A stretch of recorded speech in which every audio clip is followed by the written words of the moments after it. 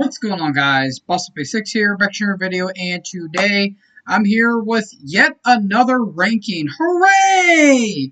And today, well, I'm going to be talking about one of the big four thrash metal bands of the big four, obviously. Of course, I'm talking about Anthrax. So, before I get into this video really quick here, I do want to address one quick thing. I do apologize if the camera quality looks a little bit weird. I'm actually recording it on my laptop right here, not on my phone, because my phone's just acting up. It's not working at all, and it's acting very stupid, and I don't like to see stupid, even though I am. Anyways, without further ado, this one didn't take as long as I thought it was going to, honestly. So, you have that going for me, and if you do hear a little bit of buzzing going around, it's because my fan's on. I should kind of, turn it down a little bit, but hopefully the camera quality, or just the quality in general, is doing alright, and because what is preparation here, folks? Preparation is not a thing nowadays, apparently, for me. So, with that being said, let's get into some Anthrax. So, let me go to my notes here. So, it's being formed in Queens, New York on July 18th, 1981 by guitarist Scott Ian Roosevelt and Dan Leichler, with drummer, who was also a friend of Ian's, Dave Wins. So the band got its name from the disease of the same name after Ian saw it in a biology textbook and chose it because it sounded, well, metal. Much to the chagrin of his mother, because let's say his mother was a Karen before a Karen.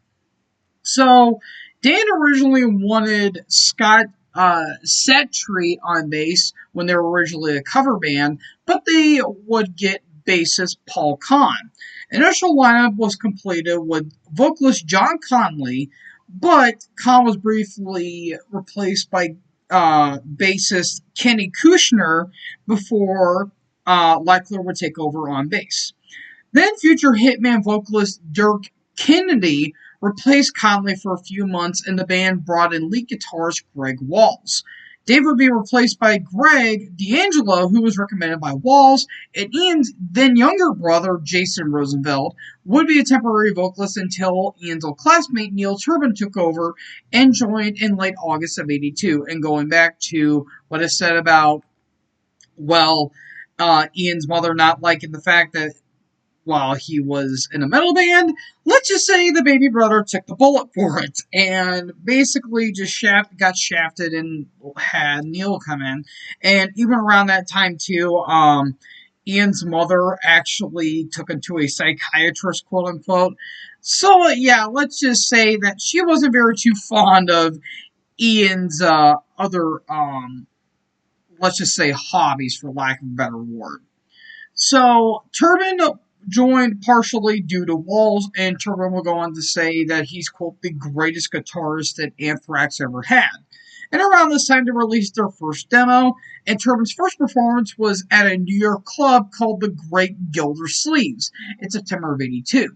The lineup would regularly play in the New York and New Jersey area for the first several months, and the band would also be on the same bill as then up-and-coming Metallica for a few shows in spring of '83. Walls would leave due to disagreements with Ian and D'Angelo, would leave for a month or two as well, and then Turbin would come in considering leaving because of the loss of Walls and D'Angelo, but stuck around for another year. Walls would be replaced by, sorry, I lost my train of thought. Would be replaced by Bob Berry, who was recommended by Neil by Rhett Foster of Riot. So there you go there. Nice little I guess you could say full circle thing there. So Bob would soon leave and be replaced by Dan Spitz, who his brother Dave would obviously be a much bigger name, as he would be in Black Sabbath, formerly on the Seventh Star just a couple of years later. So, and Dan was actually in Overkill a little bit before Overkill would be the big New Jersey thrash band that they are today. So sliding into the drum kit will be none other than Charlie Benante. And around this time, Ian and Leichler befriended Megaforce Records owner John Zazula, the late great John Zazula, and and to which they gave John their demo tapes, and by that time, Kill 'Em All was already released to great success. In the late 83, Zazula signed the band, and they recorded their first single, Soldiers of Metal, which were produced by Ross the Boss of Manowar. Also, the B-side was titled Howling Furies, which was taken from a previous demo that had D'Angelo on drums, his only Anthrax recording. So into the studio, they went for their debut album on January 6, 1989. We would get Fistful of Metal. This is my number 8. I do think this is a pretty solid offering and a solid debut for an upcoming band. The songs itself, nothing really really to write home about, but it's a band that's getting their foot in the door, kind of dipping their toes into the water, and in the end, less more of the thrash and more on the speed metal side. Like, you get a lot of Exciter vibes from this. Production's pretty solid throughout. I do like Neil Turbin's vocals, even though people are kind of iffy about them, considering that they're like higher up on the register or something. Similar to like a Rob Halford, Robert Plant kind of ordeal.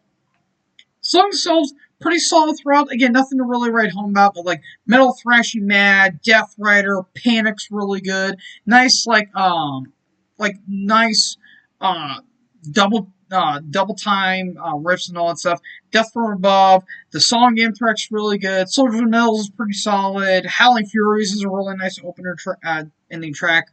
And actually, fun fact about this album, Walls was shocked that no credit was given to him as the primary songwriter for Panic and Metal Thirsty Mad upon the album's release. So a little bit of tension there, but all in all, pretty solid offering for what it is, and it is my number 8. So, tensions were rising between Leichler and the guy for various reasons, and eventually leading to Dan getting canned. Leichler would go on to form Nuclear Assault with John Conley, and Leichler's replacement will be Charlie Bedante's nephew, Frank Bello. So there you go, a little bit of a full circle moment there. After a successful U.S. tour with Raven in August of '84, Turbin would split from the band after long-standing issues, although metal music journalist Eddie Trunk admits him pressuring Zazula, Ian, and the band to fire Neil because of personal taste in vocals. So, yeah, kind of a shitty move if you ask me personally, but Turbin was basically on his way out, and that was just another way to get him out the door. So vocalist Matt Fallon would briefly be hired in late '84, but parted ways soon after. But Fallon would contribute to lyrics on the next album. Enter longtime and well-known vocalist of Anthrax, Joey Belladonna. And after recording the Armed and Dangerous EP, into the studio they went. Sometime in October 1985, they released Spreading the Disease. This is my number 3. Take everything that they kind of got a little bit right on Fistful of Metal, but add more of that thrash to it, and essentially you get Spreading the Disease. This is an absolute classic and an absolute gem of 80s thrash, in my personal opinion. Damn near every track is absolutely flawless, in my opinion. The opening AIR's fantastic. Lone Justice is one of the most underrated Anthrax songs. Of course, the classic Madhouse, Aftershock, Armed and Dangerous has this really nice guitar melodies, and it gets right to that thrashiness.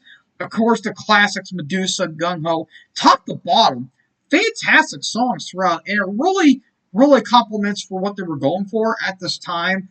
And in the end, really crafted out a fantastic album of 1980s. And yeah, it's my number 3. So, let me pull up my notes here again. This was praised by fans and critics alike, and this was a big success. With leftover studio time, Ian, Charlie, and Leichler went on to collab with Bill and Milano to form the side project by the name of Stormtroopers of Death, and recorded Speak English and Die in 1985. So, if you want to know where the crossover thrash genre comes from, look no further than Speak English or Die. Literally, you don't get that, no Suicidal Tendencies, if you ask me. And that album was also the early examples of a blast beat being recorded. So, you death metal and grindcore fans, you are welcome. but that project would be on hold and back to Anthrax. The U.S. tour for spreading the disease featured opening for Sabbath, which got canceled after 4 dates due to the infamous moment where Glenn Hughes' vocals got kaput. I don't really need to say anything else. Just check out my Black Sabbath ranking if you guys want to know more information. So in April of '86, Anthrax attempted its first tour in Europe, beginning in Bochum, Germany, supported by Agent Steel and fellow New Jersey thrash legends Overkill. The tour also included a show in Chernobyl, Ukraine, after the Chernobyl incident, which, if you don't know that, read a history book. Later on that year, they toured with Metallica, and back in September at St. David's Hall, unfortunately, this is where the tragedy hit. So they began on September 10th and ended September 26th, and Stalin, I think, Solnahallen, I believe. I don't know how to speak Swedish. My apologies. This will be, unfortunately, the last performance before Cliff Burton's tragic accident, which, if you guys know what happened, you do, but just a little brief history lesson for those who don't know. Basically, they were touring in Sweden, and the bus was on black ice. Lo and behold, landed right on top of a cliff, and he was literally dead on impact. And this next coming album, the band would pay tribute to him in some way and form and get producer Eddie Kramer. But with this tragedy in the back of their pocket, lots of songs were written at this time.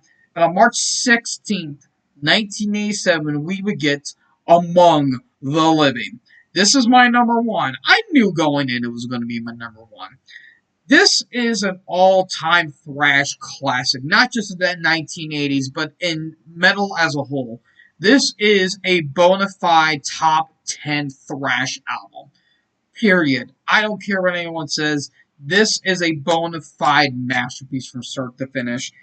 You have not only the fact that they have Cliff's dedication on this album, but they also have like these Stephen King comic book kind of themes going throughout. Absolutely fantastic. You kick off with the title track, one of the best songs that Anthrax has ever done. Then you get classics like I Am the Law, Caught in a Mosh, Indians. Absolutely fantastic stuff. Imitation of Life's a fantastic album closer. But you get some deep cuts here like NFL, Skeleton in the Closet, One World, and the interesting track, Medley ADI, Horror of It All, which has this really nice kind of creepy intro, but it's just full-on thrashiness in your face. One of the best riffs that Scott Ian's ever done, and just bona fide mastery all on everything on this entire album. Fantastic stuff. It's my number one. Not much more needs to be said. So success was the word of the day with Among the Living, not only turning the band into a household name, but eventually earned them at one of their first certified gold records by the RIAA. I Am the Law was backed up with a rap metal hybrid titled I Am the Man, which is a B-side, which kind of also spawned the Man mascot for the band. And for those of you who don't know, well, for lack of a better word, Scott Ian loves rap.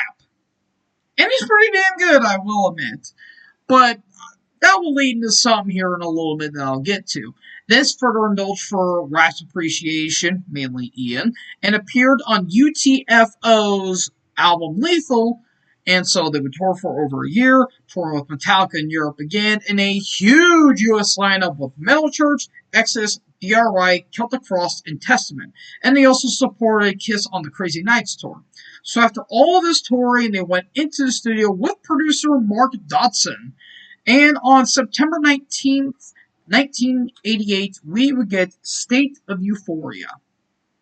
This one is my number 7.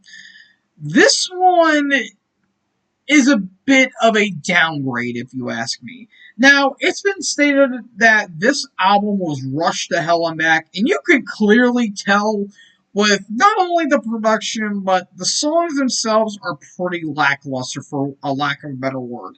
Not that it's a bad album, I still think it's a good album, but coming off of Among the Living, it's a bit of a downgrade, and sandwiched in between an album I'm going to be talking about here in a bit, it kind of sticks out a little bit like a sore thumb. There's still some good tracks on there, like the opening Be All End All, one of my favorite Anthrax songs. Outside Out of Mind, Make Me Laugh. Their cover of Antisocial by Trust, absolutely classic. Even though it's overplayed, it's overrated, but it's still good. Now It's Dark, solid. There's some okay tracks. The problem is there's not a whole lot of standouts, in my opinion. Like, I think the first half's really good, but the second half is just kind of meh for me. Like, it's still good, it's still listenable, it's solid throughout. It's just, to me, not one of the Anthrax albums I will go out and reach for, but still solid for what it is, and it comes in at my number 7. So, despite it being rushed to hell and back, Save Euphoria was certified gold 5 months after its release, mainly due to the cover of Antisocial. It would later be featured in the 2017 remake of it, which is pretty interesting. By 1989, Anthrax would be on big tours again. First one was supporting for Ozzy's No Rest for the Wicked in North America, and then headlining European tours with Living Colour, Suicidal Tendencies, and King's X. Then a U.S. Headbangers Ball Tour with Exodus and Halloween, and also in 1989, MTV sponsored a contest at which a winner got their home trashed by the band. And this was around the EP, I don't know how to say that, Pikafusin? I guess you could say that, I don't know. I think I know what it means it means backwards, but it says nice fucking EP. That's literally what it means. Just saving you time there. So yeah, that was a release on this time, and this new album will be different in terms of the tone. And well, the reason why is because behind the scenes. So where do we begin with this? So during the writing and recording process, Ian will be divorced from his first wife. Then it got even better. Then in the middle of the recording, the whole thing engulfed in flames. And it cost the band more than $100,000 worth of gear in the rehearsal studio. And I think that was also when people were actually going into the studio, grabbing whatever was left and selling it on the market, which is pretty shitty if you ask me. And on top of all that, members were thinking on moving on from Joey, which Joey was unaware of, and yeah, that was pretty dark for the band around this time as well. But they put their personal differences aside, and, Bello and Medante, they were kind of, not really butting heads. They were just having a sibling rivalry because, it's nephew and uncle, for God's sake. But they were doing that, but it was nothing too personal. But besides all that, August 21st, 1990, they released Persistence of Time. This is my number 2. I love this album. This album is fantastic from start to finish. I love the fact of the darker tone that they went for on this album. Like, this whole album is just pockets and pockets of heavy riffs, sort of catchy melodies. Like, the melodies on this album, Joey is, very subdued on this album. Like, he's very mid-tempo. He doesn't go for the high screams all that much. But that's kind of what makes this album fantastic, in my opinion, because, yeah, you could say that it may be a little too ambitious for what's going for. I personally think they nailed the head on it. This is where they went more proggy, but kind of technical if you think about it. Like, the opening track, Time, is flat out catchy from start to finish. Blood, Keep It in the Family, which is one of my favorite Anthrax songs of all time. In My World, Gridlock, the nice kind of two-parter of Intro to Reality / Belly of the Beast, fantastic track. Of course, their cover of Joe Jackson's Got the Time is fantastic. One Man Stand, Discharge is flat out phenomenal. The only track I didn't really get was Hatred. it's good, but it was kind of meh in the outset of things for me personally. Like, yeah, it was aggressive, but it kind of felt like a little bit of background noise for me personally. So, besides that, this album kicks so much ass, and for the last album that had Joey Belladonna on vocals, this is some damn good stuff. All in all, my number two.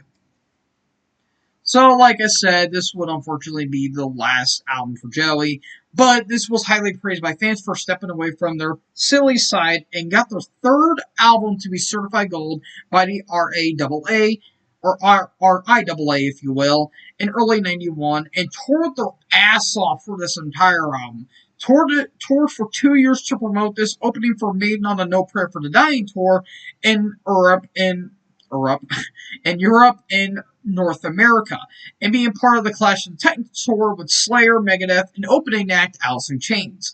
In '91, they collaborated with Public Enemy for their version of Bring the Noise, which became a live staple and, in my personal opinion, the greatest rap song of all time.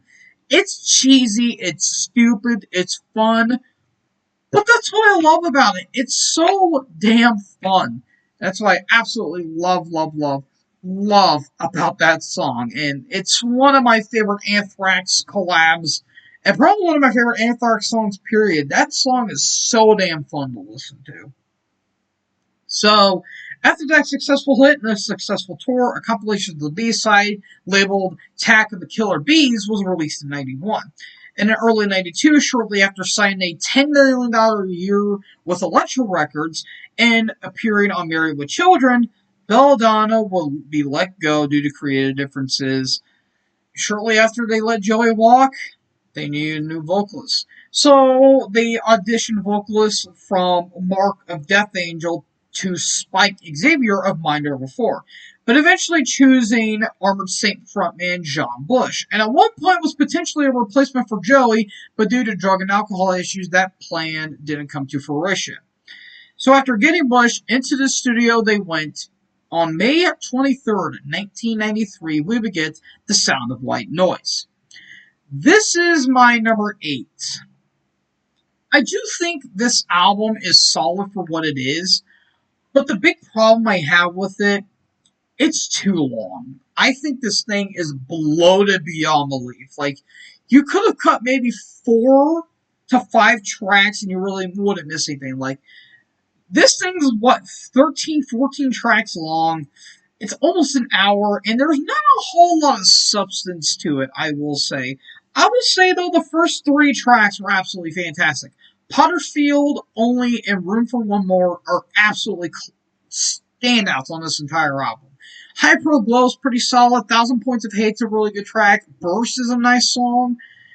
But it kind of feels run-of-the-mill for me. Like, it feels like a product of 1993. And 93, I mean, unless you're a death metal band, thrash was really starting to kind of give away to the groove metal act, like Overkill, for example. Exodus was kind of flirting with it a little bit, and we all know what happened with, Metallica. Slayer were still trying to be thrash, but eventually they would go into the groove and new metal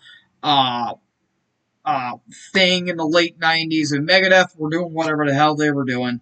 So, thrash around this time wasn't really cool, per se, but in the end, some of the thrash bands were managed to be okay, like Sodom, for example, even though they went more crossover and more punk-laden.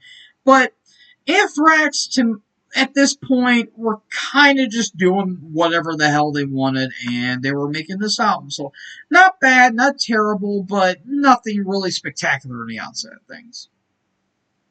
So, despite all that, this was actually met with positive reception and reviews as well. And it was actually certified for the 4th time, certified gold by the RIAA. So, after that, in the first single, Only was actually praised by none other than James Hetfield, calling it, quote, a perfect song. And the album saw the band headline arenas and theaters, touring with Suicidal Tendencies, White Zombie, Quicksand, Fight, which was Rob Halford's side project after leaving Judas Priest, and Clawfinger as supporting acts. So after The Sound of White Noise, Spitz would leave due to become a watchmaker of all things, and leaving the band as a quartet for the time being. For this new record, Charlie and the band's touring guitarist Paul Crook would do guitar parts. So that would lead us October 24th, 1995. We would get Stomp 442. This is not my dead last. This is my second to last. This is my number 10. Wow. So you know how I said Sound of White Noise was a product of 1993? Well, guess what, Jimmy? Sound of White Noise was by far better than Stomp 442. This was a blatant product of 1995, and Jesus, you can tell. The album cover itself is pretty bad. Like, it's stupid. It's nonsensical. And the songs themselves just don't do anything. Like, it's a very bland and boring listen from start to finish. Like, the opening random acts of, what was it called again? Hold on. Random acts of senseless violence is solid. Fueled is pretty good. Riding Shotgun is alright, but everything else just feels so forced and phoned in. And not to mention, this also will feature Dimebag Darrell, Pantera, and you can obviously hear it. And that would all obviously partner a friendship with the band going forward. So yeah, this album did nothing for me. Literally did nothing for me. I mean, it's not the worst. We'll get to that here in a second, but it's got nothing. It's got nothing for me personally. So all in all, my number 10. So following the release of Stomp 442, a shakeup with Electric Records would commence, which resulting in the firing of the label's president, Bob Krasnow, who was replaced by Sylvia Rowan. During a meeting with the band, she informed that she won't sign him a new deal, and frustrated by this, they would leave them and sign with Ignition Records, which was a label that was distributed by Tommy Boy Records. So after going on to a new label, July 21st, 1999, we would get Volume 8, The Threat Is Real. This is my dead last, to the shock of absolutely no one. Take everything that I said about Stomp 442 and make the songs even more boring, generic, and unmemorable, and you get this thing. And hell, even if you look at the album cover, I don't know what that's supposed to be. Like, it's an 8-ball that has legs and it's attacking the city. Like that album cover's terrible. Like, it's so bad. Like, hell, you could talk crap about Jugulator's album cover. It's got nothing on this. Because at least the alternative cover for Jugulator looks badass. But they just had to zoom in on it. But, yeah, this is not good. It's really not a good song or album. There's 2 tracks I think are pretty solid. But everything else is terrible. Crush, and I like the ending track pieces because of the context with it. So basically what the context for pieces is, back in 1996, Frankie Bellows' brother Anthony, who was a big fan of the band, and he would kind of tour with them in some regards, but he was just more of a supporting member of the band. He was unceremoniously murdered outside of his girlfriend's house, and the case has not been solved ever since, and the family hasn't had justice in nearly 30 years, which is bizarre to say the least. So, yeah, it's a pretty song, and I like it because it has some meaning to it, but everything else is just forgettable. It's a very forgettable album. It has little to no substance, and it comes in at my number 11. So towards the end of 98, Tommy Boy would end its distribution deal with Ignition Records, after which the label would go bankrupt, disrupting the distribution. The band would sign with Beyond Records and release the Greatest Hits album, Return to Killer A's, after which Beyond Records would go out of business as well. So I guess everyone is just going out of business for the hell of it. Apologies. So during this period, a 2-vocalist tour with Bush and Belladonna was set in mind, but Belladonna backed out last minute. So despite hardships and legal entanglements over album rights, the band continued.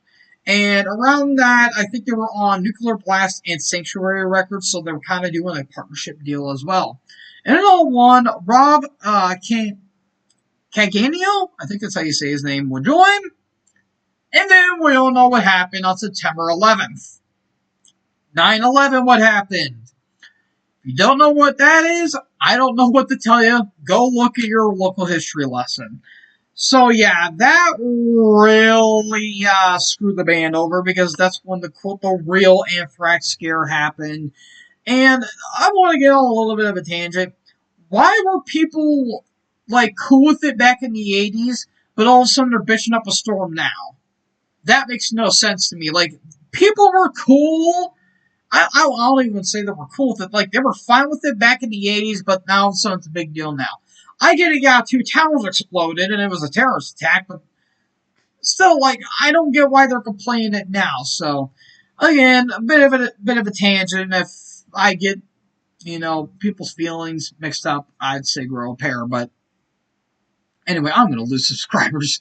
I can already tell. But during the actual anthrax attacks in the U.S., the Maine changed its website providing information about the disease and amid a potential PR nightmare. In October that year, the band were jokingly wanting to change their name to avoid this controversy like a basket full of puppies. But they were dispelled the name change rumors after a firefighter came up to Ian and said, "Dude, don't give in to them. You've been having this band's name for how long now, and all of a sudden you're wanting to change it now." So that kind of lit a fire underneath Ian and kind of lit a fire underneath the band as well. And around that time too, they were actually touring a Priest before 9/11 actually happened. And if memory serves me correctly, they had a show at it was called the Steel Fest. Yeah, a month later in November at a Steel Fest benefit concert that had Overkill, Ace Frehley, Sebastian Bach, and I want to say Twisted Sister because they regrouped around that time as well. And after they did that, they came out with like these white boiler suits and saying we're not changing anything. And then they would sign with Sanctuary Records. And on May 6th, 2003, we get We've Come For You All. This is my number 8. Or my number 9. Apologies. This is basically a better version in some ways of the sound of white noise. It's good, not bad, enjoyable for what it is, but it feels like it's still missing something. Like, I think it's still a little bit bloated. Songs don't really have a punch to them, but I feel like they were getting more back to that thrashiness that they were missing on the last 3 previous albums. But you get some fantastic stuff all around, like What Doesn't Die, Superhero, Refuse to Be Denied, Any Place But Here, Nobody Knows Everything, or Nobody Knows Anything, Black Dahlia, Taking the Music Back. There's some fantastic stuff on this album, but again, not a whole lot of big standouts, but still pretty damn good. I'd still say this is a pretty solid offering and a really damn good stuff, really damn good album to end on the John Bush era. So all in all, my number 9, solid stuff. So this was praised by critics, and in the summer of 2003, they toured with Motorhead. And in early '03, The Greater of Two Evils was released, which was a re-recording of the band's earlier work with the current lineup. So shortly thereafter, Bello would announce his departure, or not Bello, Rob would actually, he would announce his departure to go join with Helmet and replaced by Fate's Warning and, wait a minute. Wait, no, I got that right. Sorry, I got confused for a second. Bello would leave to join Helmet and be replaced by Fate's Warning and Armored Saint bassist Joey Vera. In April of '05, Anthrax announced that the classic lineup of Ian, Benante, Spitz, Bello, and Belladonna would reform and even played Among the Living in its entirety at some shows. Although they were rumored to make a new album in January of '07, Ian said that Joey did not agree to the reunion. Bush also said he wasn't ready to recommit to Anthrax, but got declined. And in December of '07, former Devil's Size vocalist Dan Nelson would join, and Aguino would return as well. In May of '07, they played their first show in 19 months at Double Door in Chicago, and on a food column post in December of '09 or of '08, sorry, Ian stated a new album was being written and was being mixed by Dave Fortman, who previously did work with Evanescence and Slipknot. In early '09, Anthrax began a brief tour opening for Maiden in South America, and in July, the band's manager, Izor Zikovic, I believe I said that right, confirmed Nelson left due to his illness, but Nelson also claimed he got fired, so we don't really know what happened there. So that left all subsequent performances canceled except the August UK Sonosphere Festival, where John Bush stepped in for vocals. This then sparked the Bring Back Bush campaign. Soon after, Charlie stated that Bush rejoined, and later that year, they confirmed that they'd be participating in several Big Four events with Metallica, Megadeth, and Slayer. As part of the 2010 Sonosphere dates in Europe, in February 2010, Anthrax performed 5 shows as part of Soundwave in Australia. After the shows, Bush said that the band intended to re-record vocals of several tracks for their new album. Bush decided not to commit to the band full-time and left for the second time, which would lead to the return of Belladonna. In early 2010, for the Sphonosphere dates, as well as committing to the new record. In June of 2010, the Big Four played on the same bill for the first time ever at 7 Sonospheres events. In April 2011, the band headlined Philippines for the first time at the annual Pulp Summer Slam with Death Angel and Hell Yeah. They also headlined the Jägermeister side stage at the Mayhem Festival of 2012, co-headlined by Slayer and Slipknot, and toured with Testament Death Angel. And in June, they released the single Fight 'Em Till You Can't, which basically talks about fighting zombies. And a day after the 10-year anniversary of 9/11, on September 12th, 2011, we would get Worship Music. This is my number 5. Welcome back. Oh, welcome back, guys. This is where business is picking up big time. The return of Belladonna for the first time in 21 years since he's been on the record, and my God, he comes out blazing. He does phenomenal on this album. Absolutely phenomenal. Like, his vocals are still solid and still good, but it's a little, just a hint bit subdued, and it kind of sounds like Dio. Kind of sounds like Dio a little bit, and I really do like that. I really, really, really do like that. Now, I will say that this album, I believe, was recorded a year after Dio passed, which, that's obviously a big loss in the metal community, but yeah, all in all, top to bottom, fantastic stuff like Earth and Hell, The Devil You Know, of course, Fight 'Em Till You Can't.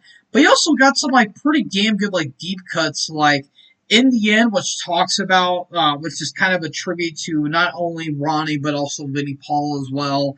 The Giant, the track Judas Priest, which is pretty damn cool. Even though it mainly talks about Oppenheimer. With I Am Death, the Destroyer of Worlds, which is pretty cool. And the Constant, or the Contestant, that is a crunchy ass riff that really reminds you of what they did in the 90s, essentially, with John Bush. So yeah, all in all, really damn good album, and probably an underrated comeback, if you ask me personally, and it comes in at my number 5. So in February 2013, Anthrax announced that Rob would leave to join Volbeat, and shortly after, Jonathan Danaz of Shadows Fall would join as touring guitarist, and Doanas when announced to be or would be confirmed to be a member in August. In March, the Anthems EP was released, and in late 2013, Ian would say that they will be working on a new album. And in 2015, the band confirmed that they had recorded new material and embarked on a tour with Volbeat. Since Belladonna's return, they were nominated for three Grammys from 2012 to 2014. And after beginning 2016 with a short tour in the U.S. for Lamb of God, on February 26th, 2016, we would get For All Kings. This is my number 4. This is basically worship music part 2, but better in my opinion. And I will dare say the most epic and ambitious album the band has ever done. Like, top to bottom, all these tracks kick ass for the most part. You kick off with Crucify, which leads into You Gotta Believe is really good. Monster in the End, the title track, Susan Reigns got this really nice crunchy riff. Evil Twins, just a full-on beatdown thrasher. Blood Eagle Wings, which I believe is the longest track in the band's catalog, nearly 8 minutes, and it's just full of riffs and just flat-out awesomeness. All of Them Thieves, Zero Tolerance, fantastic stuff. The only track I don't really like on this album is Breathing Lightning. It doesn't go anywhere for me. Like, it's just kind of meh. Like, it's just there, for lack of a better word. So, yeah, again, fantastic stuff throughout, and I would say one of the best in their entire catalog. Top 5 for sure. Absolutely fantastic. My number 4. So in March, they opened for Iron Maiden on the Latin American, if you will, Latin American leg of the Book of Souls World Tour.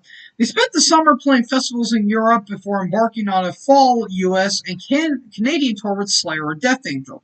The band continued to tour and tour, and even part of the 7,000 tons of metal cruise. Now, the 12th album was in the works, but due to touring and mainly COVID, it got pushed back. But hopefully this year, or next year, we will get a new album. But also, we did find out that Charlie Benante would go on to join Pantera. And I say Pantera in quotation marks because Pantera is not Pantera without the Paul brothers. Sue me, I don't care. But if the new album comes out, you bet your sweet ass I'll be checking it out. So, folks, that concludes another ranking that I did for this year. This one, I didn't want to go for too long, and I wanted to kind of take a little bit of a break when I do my album rankings, but don't worry, I'm going to be doing more. Just work, essentially, has been kicking my ass, so, yeah, I do apologize for that. So, with that being said, who do I have next involved for my Metal Month retrospective? Well, how about we stay in New York, but we talk about a more extreme genre? Of course, death metal. And what other band to talk about in New York death metal? None other than the evilness of Immolation. That's going to be an interesting one, considering that I hear they have nothing but good albums, and I can't wait to talk about Close to a World Below. Hooray! But folks, what did you guys think about this? What is your favorite Anthrax album, and what's your Anthrax ranking? Let me know in the comment section below. Make sure you guys leave a like, leave a comment, tap the big red subscribe button, and tap the bell so when I upload, you guys will be notified. Thank you guys so much for watching this video. Most importantly, join the herd. Talk to you guys next video. Peace out.